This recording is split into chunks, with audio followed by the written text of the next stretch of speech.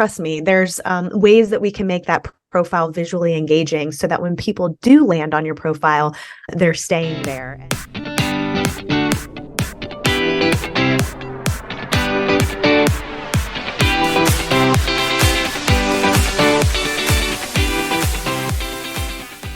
Welcome to Business Briefs, where you get bite-sized legal and business tips for your business. Today, we have the most amazing and a lovely person to chat with, Lindsey McMillion Stemann. She is the founder of McMillion Consulting, but she's also a credibility consultant and a LinkedIn expert, in my opinion. And so I'm really excited to have her. And I really want to know, what's a credibility consultant? I love that. What does that even mean?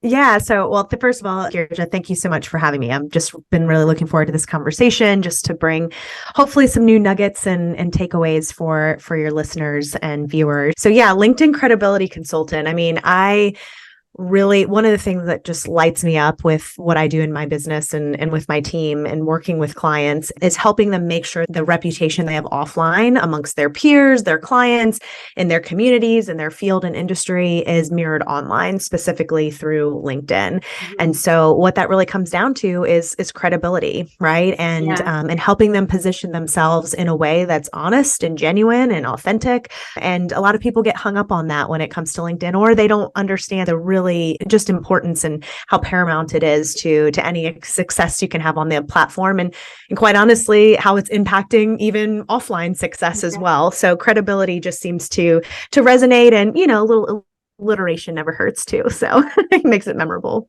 Absolutely. And I wholeheartedly agree with this, because I have gone through a little coaching group where we were talking about value systems and how it's so important to have an alignment of value systems, not just on the grid, but off the grid also, in the sense like in your business, off the business, and like just when everything is aligned, things just run smoother for you.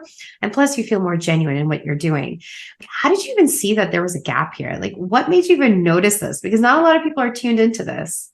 Yeah. So I've been using LinkedIn myself, for over 15 plus years, and I've been in sales my whole career. And as we were chatting before pressing the record button, I was up in the DC metro area for several years. And as anyone knows, even if you've never lived there, it's a very densely populated area. And so, I don't even know how many zip codes there are in DC, but you could cover, lots of zip codes in one day. And so I started using LinkedIn as just a way to almost like a 21st century Rolodex, right? So that Rolodex on your desktop, some listeners might not even know what that is, right? But it would collect dust, and it would be out of date sometimes the moment you got it, because people would change jobs, or they would, get promoted, or their cell phones would change, or their email addresses would change. And so being able to use LinkedIn as a place to, manage all those relationships that I just can't manage in between my ears was really kind of the impetus that got me into believing it was a powerful networking and relationship building tool. And what I also realized was, thankfully, I don't see this as much as I did even 10 years ago, but in the beginning, many people really thought that LinkedIn was only for people who were looking for jobs. And so it's a place where you would essentially post your resume, which, people would say, oh, yeah, I've got my past jobs on there and a little bit about my current role. Well, today, LinkedIn, you're in that profile is so much more than that. It's a place to tell your story, to teach and educate and bring value. It's a place to showcase your portfolio. And some people hear that word and they're like, portfolio, I'm in fill in the blank industry. Like, I don't even have a portfolio, or I don't know what that means. Well, trust me, there's ways that we can make that profile visually engaging so that when people do land on your profile, they're staying there. And so going back to the credibility question, I really believe it's our opportunity to expedite that bonding and rapport that we do when we're in a business conversation, whether it's over Zoom or in person or over the phone. Our goal in the work we do with clients is to say, hey, I want people who you meet to feel like they already know you before they actually make that human connection, because they're doing their homework, right? They're going to LinkedIn, they're figuring out who you are and getting a sense for what it might be like to have a conversation with you or to work with you. And so we want to use that profile as a place to expedite that. And so we do all that through the profile. So yeah.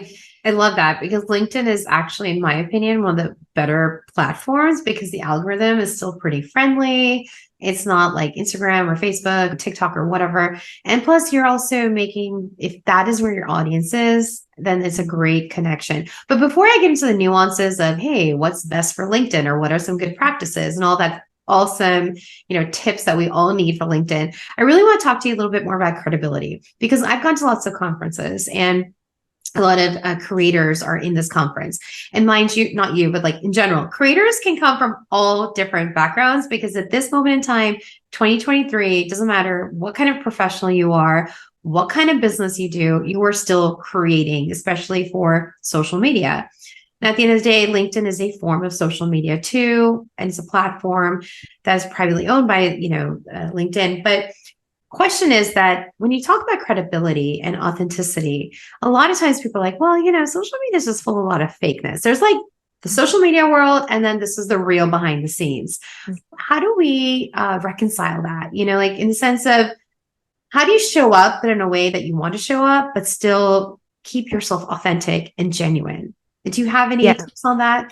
Great question. I mean, I think that when we get back to, let's just take LinkedIn out of the equation, before social media, before LinkedIn was even around in this digital landscape that we all know so well, whether we like it or we don't like it, we had to show up as our best selves whenever we were in, let's say, a business meeting, right? So I would come to a meeting prepared. I would want to, maybe even if it's an interview, right? An interview, or if you're vetting a vendor, or if you're in sales or even if you're a leader and you're recruiting. I mean, so many different ways we have to show up. And obviously, listen, even before social media, there's frauds out there, right? There's people who, put the mask on, and then they're not really who they say they are once you start working with them. So that's been in existence even pre-social media, before LinkedIn was around. And so unfortunately, we are contending with that idea before even jumping into a tool like LinkedIn. So, but let's put that on the shelf, right? Because I know all your listeners and audience are interested in actually using it the right way and showing up the right way.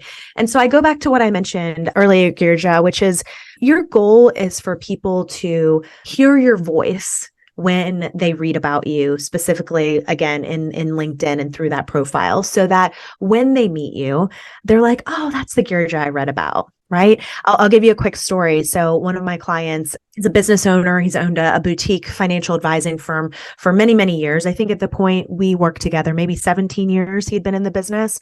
And he went through our 5-step trademark process called the Profile Transformer. It's a very project-based engagement where leaders and business owners will hire us. We interview them, we write and design their profile, and we launch it for them. So it's a very done for you experience.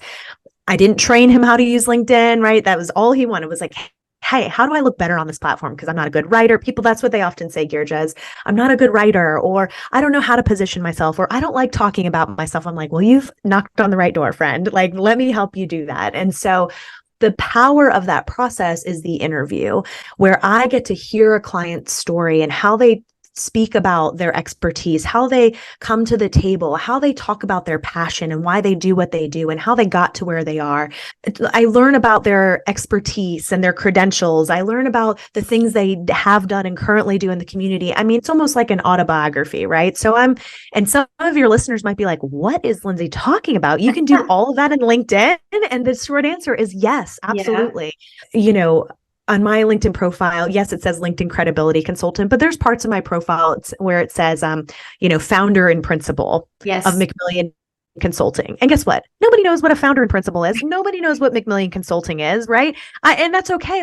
But it's my job to help tell that story. And so going back to my client, we launched his profile and he's like, oh my gosh, you made me look awesome. I'm like, Marty, you were already awesome. I just brought it to life. And he called me probably, 6 or 7 weeks after launching his profile. He was really excited. He goes, Lindsey, I've got such an exciting story to tell you. And he's like, I landed this big client. She's this high-powered C-suite executive.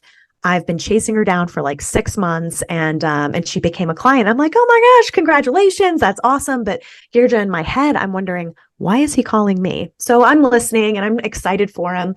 And he said, yeah. So I asked this client, I said, hey, why us? Why our financial practice, right? He's like, I have to imagine that you have other wealth managers just pounding at your door, trying to get your assets and work with you, right? And she laughs and she goes, oh my gosh, you wouldn't believe. He goes, yeah, so like, why our team? Why us? And she said, well, it's actually pretty simple. You were the person in real life who I did my research online. And he goes, I'm sorry, like, what do you mean online? And she says almost flippantly, your LinkedIn profile. And he goes, so Lindsey, I'm calling to thank you. He said, because I had no idea the impact that my LinkedIn profile, this one digital footprint, had and was making on the impression of my potential clients. And I want to tell you this. He goes, she might very well be my biggest client this whole year. And so I want to call and thank you for that. Aww. So, so it's an awesome story and it's a huge win. And he left our working together feeling confident and excited about the way he looked. But he didn't know what was going to come as a byproduct of that. And so that's the question we have to consider is, so many times I'm interviewed on podcasts or I work with clients or I'm hired to do speaking engagements and they're like, Lindsey, what should we be posting? How should we be connecting? What are the best practices? How do we get more at-bats with our ideal prospects? And I'm like, whoa, we can get there, but you're on page 14. We got to back up to page 1. And page 1 is how do you look on the platform, right? Mm-hmm. Because all of those things I can teach you, all that activity, which is great and powerful and awesome, you know what that does? It turns more eyeballs back on you, right? Mm-hmm. Meaning people are going to check you out and decide, oh, Girija looks like a reasonably intelligent person who I might actually want to have a conversation with. So it's multi-layered. Mm-hmm. Mm-hmm. Gosh, I love that story. It like kind of, it gives all the good feels and definitely like the way you want your clients to be feeling as well. And then, so going back to the whole, showing up as yourself. So the voice that you're putting out there is really important, the way you're describing. And I love how you said, it's your job to teach somebody the words you're using in sense, like you're using founder and principal, but it's your job, Lindsey's job, to explain to people what that even means. And so that, in my opinion, is not just for LinkedIn, but that's also your website. That's also for how you show up in all different platforms. Absolutely. And so just somebody who is like, I want to show the perfect me. And I like how he's actually, so it's so funny you say that because truly we all dress up for those meetings. Mm-hmm. We all look our best. I put my lipstick on, I get my hair fixed. I make sure it's looking good and decent. And I show up in my best form. And again, that form does not have to be myself in my pajamas, even though that is also a form of mine as well. Yes. The authenticity then is not in necessarily only the appearance, but it's also in the words, right? And in the mindset that you have and in the way you are interacting with others, right? When you're talking about LinkedIn specifically, how do you translate that onto LinkedIn? Yeah, I mean, there's many ways, again, one of the highest compliments I recently received was somebody who I actually met in person first. So I'm in a program called Strategic Coach. I go to Chicago 4 times a year, and I met this friend back in 2018. So we knew each other professionally in person first, and then we connected on LinkedIn, and we stayed in touch through what I was posting, direct messages, right? And we've continued to nurture our professional relationship. And he said to me recently, he said, yeah, what's really cool, Lindsey, is that I can vouch that you're the person online who you are offline. So he kind of flipped the script and validated that, because I think I am showing up online authentically and as myself and professionally and helpful and kind and generous and genuine. But to have somebody validate that, no, this is actually who you are offline as well, was really cool. So, it's from how the words we use, the questions, the tone, the energy. This is really important too, the follow through. So, I work with a lot of sales executives and sales teams. And I mean, follow through has to be one of the biggest elements of the sales process that salespeople are not very good at. And it's also the easiest to overcome. So if I say, Girija, if you say, hey, Lindsey, I'm not in a position to work with you yet. And I say, great, well, no problem at all. Let's stay in touch. When would it make sense for me to reach back out? And you might say, oh, Q1. Well, guess what I'm going to do as soon as we disconnect from that conversation, I'm going to go into my calendar. I'm going to use the technologies and automations that are in my back pocket. And I'm going to leverage those because, again, I only can manage so much in between my two ears and my little brain. So I'm going to leverage those tools to immediately schedule an email to send you or a reminder in my calendar to check in with you in Q1, right? And it might be in February or early February. I can't believe we're already mid Q1. I'm doing what I said I'm going to do, right? Essentially is what we're doing there. So that's how we translate. Again, I think people get so caught up in the tool itself, meaning LinkedIn. Oh, I'm not a LinkedIn expert. It's just like, take a beat. It's just another communication platform, right? Yeah. Your goal is still anyone I worked with anyways, your goal is still to get offline, to build that in-person, real relationship, human to human relationship. Yes. I say in person, right? Because to me, even though we're not in person right now, Girija, I feel like we are. Yeah. So. I mean, I feel like post-COVID, so many words have a different meaning. Yes, totally. So. Absolutely.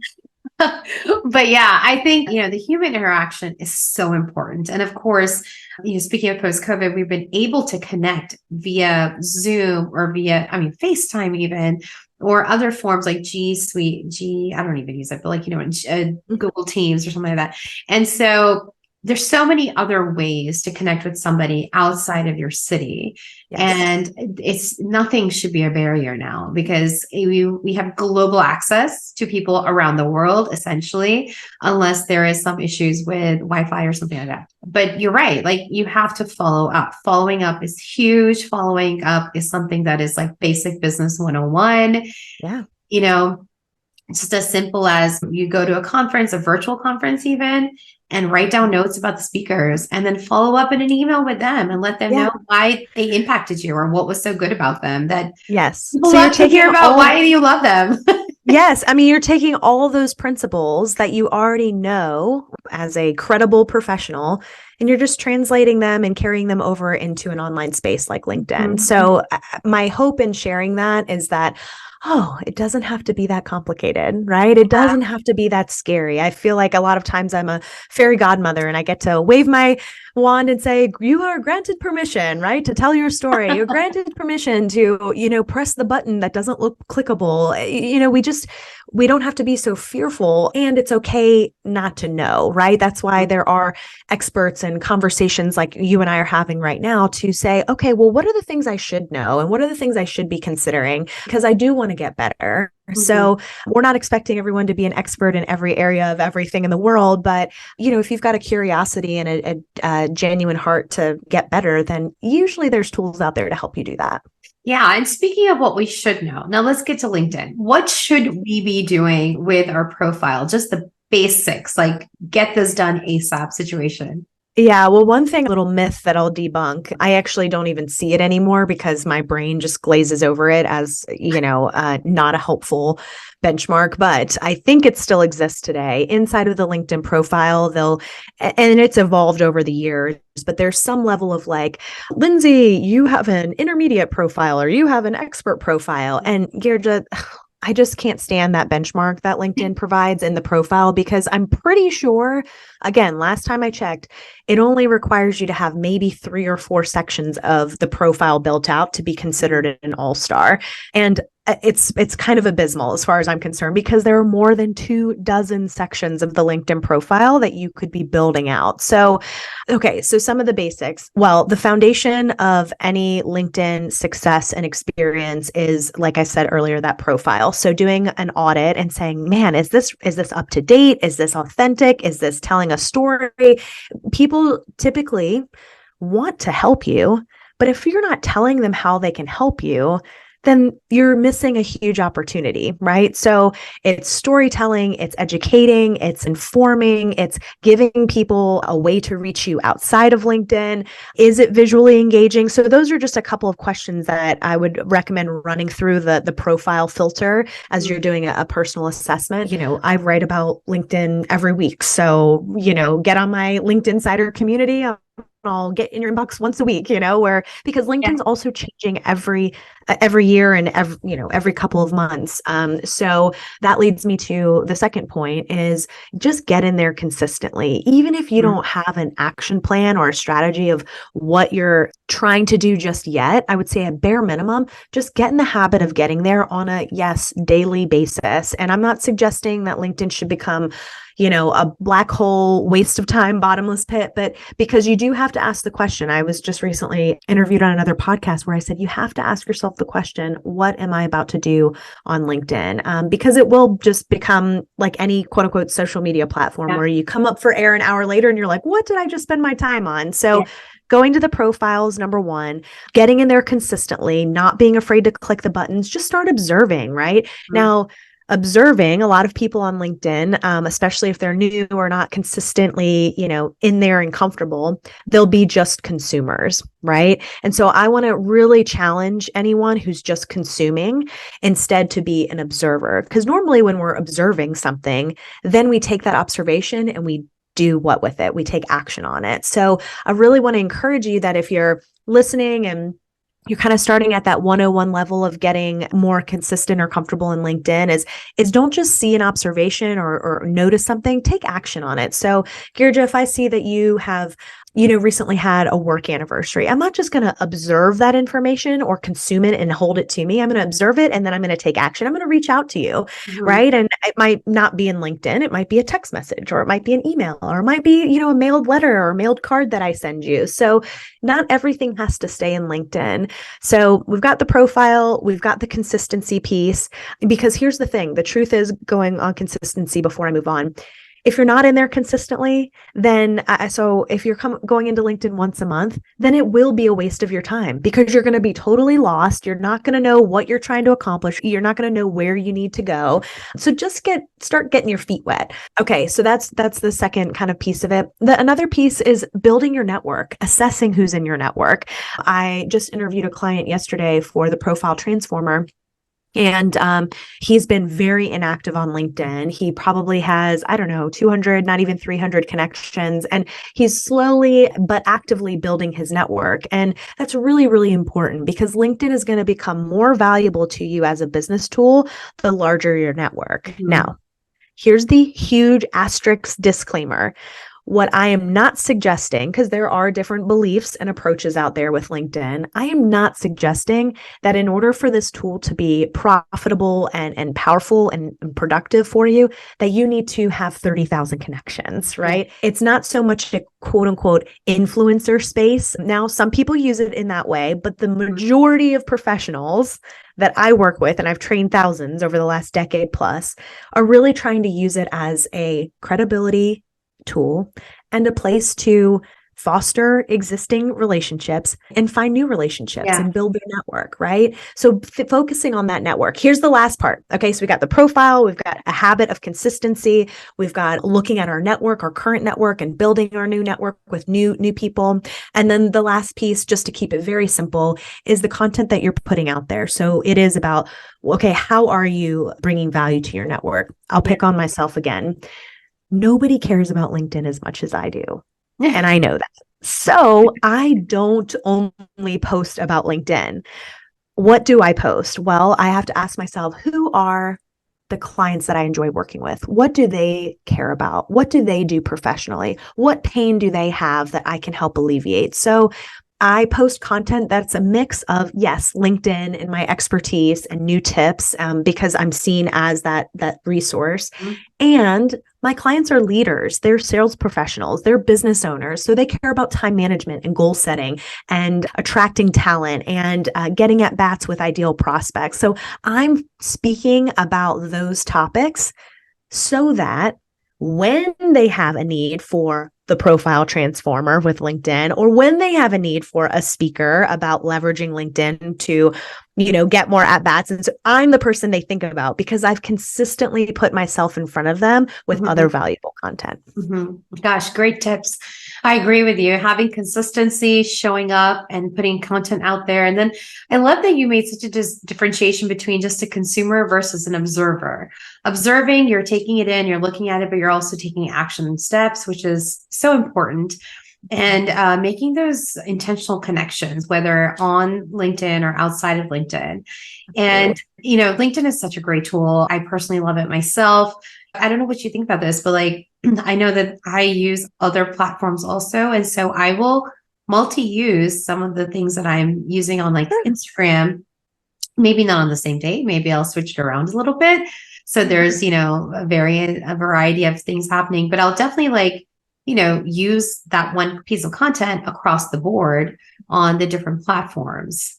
Is there a thing of like having a different voice for LinkedIn versus Instagram versus TikTok versus X? So I'll speak to the platforms that I'm most familiar with, which are LinkedIn and Instagram. Those are really the two platforms that I am active on. And so here's what I'll say is that I feel more comfortable and I believe it's more appropriate for me to post content about my adorable dog, Tater Todd, on Instagram. And people love seeing Tater Todd. I just had lunch with him outside yesterday and I got so much engagement. Oh my gosh, we love Tater. He's so cute. Like, what's he eating for lunch? And that's awesome. And that's so fun. And people get a little peek behind the curtain into, my world outside of my professional, suit and tie, right, that I show up in. And so to me, like that's a place to get a bit more personal while also letting people know that what I do professionally and how I help folks. And so LinkedIn, what I've seen and what just in general, I think everyone would agree on is that since the pandemic, so we're, 3+ years post-pandemic going on 4, is that LinkedIn has become a more personal platform. And I actually think that's a beautiful thing because it does allow us to be more authentic and real. So here's what I want to suggest when it comes to content. And it can be content you're posting. It can also be content when you're thinking about improving your profile, is that I like to recommend that if you are thinking about putting personal content on LinkedIn, that you still put a business spin on it. So I'll give you an example. I started fly fishing about a little over a year ago. And I remember my team actually challenging me on this. They were like, oh, we need to post that on LinkedIn. And I was like, no, that's just like, that's for me. That's weird. Like what? And so they challenged me and I appreciated this. They asked me, well, Lindsey, why do you do it? And I was like, well, I love being in nature and I just like the disconnect. I like disconnecting from everything. Usually when I go fly fishing, I'm in the mountains. There's no cell reception. And they were like, okay, so why is that important? I was like, well, because it allows me to just take a breather and a rest. And it allows me, and here's where the rub was, it allows me to show up more refreshed and ready for my clients and my team when I come back. And they're like, exactly. So we took what is personal and we put the professional spin on it. And we got so much engagement. And so it was a really great, listen, I'm the student too. Yes, I'm the LinkedIn Lindsey expert, but I'm also learning too. And so that hopefully that's a helpful distinction between two specific platforms and the types of content you're putting out there that still allow you to be authentic to yourself. Excellent. And I love that you really actually made it pretty clear. And and with that being said, I'm going to say a caveat too. I have 2 things to say, actually. So one is that, yes, Instagram can be a personal space, but if you do have a business account on Instagram, like I have a business account, I'm actually hesitant to put a lot of personal things on there. Like I don't put my kids or things like that at all. However, if there's a personal holiday happening or something that I'd like to share about myself that I think is important, then that's a place where I share that. And I wouldn't be scared to share it on LinkedIn either. And I agree with you because that is, again, showing up authentically. But then again, you can be relatable in the space of your life as a professional, but then also relating it to how it impacts you as a business owner or an entrepreneur. And I think it's like a full circle that we are just now coming back to again, showing up authentically and showing up in a way that is really genuine to yourself, but then helpful to others as well. Because you just, absolutely.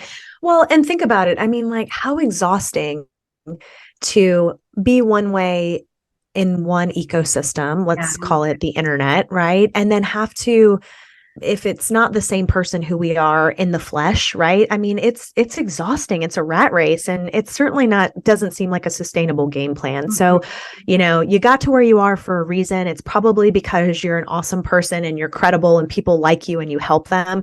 So just show up as that when you get online, and hopefully again that takes down the fear element of, I don't know how to do this. It's like, well, just still be yourself. That's really what we're going for here. Gosh, great tips, Lindsey. Thank you so much. How can people connect with you? How can the listeners connect with you? Yeah, thanks for asking. Well, I mean, let's state the obvious, right? So LinkedIn. I will say that if you find me on LinkedIn, yes, you'll see a follow button, Lindsey McMillion Stemann, but connect button is actually there. It's just underneath the more button. So when you click the more button and then connect with me, please add a note. Let me know that you heard me on this conversation with you, Girija, so that I can make that connection. And I'm going to be more likely to accept your invitation. I know we all get invitations from people we don't know, and I'm pretty guarded with my network. So if you reach out without a note, I'm probably not going to accept it. I might, but I might not. Yeah. So LinkedIn, of course, Instagram. So I, again, kept it simple. LinkedIn Lindsey, Lindsey.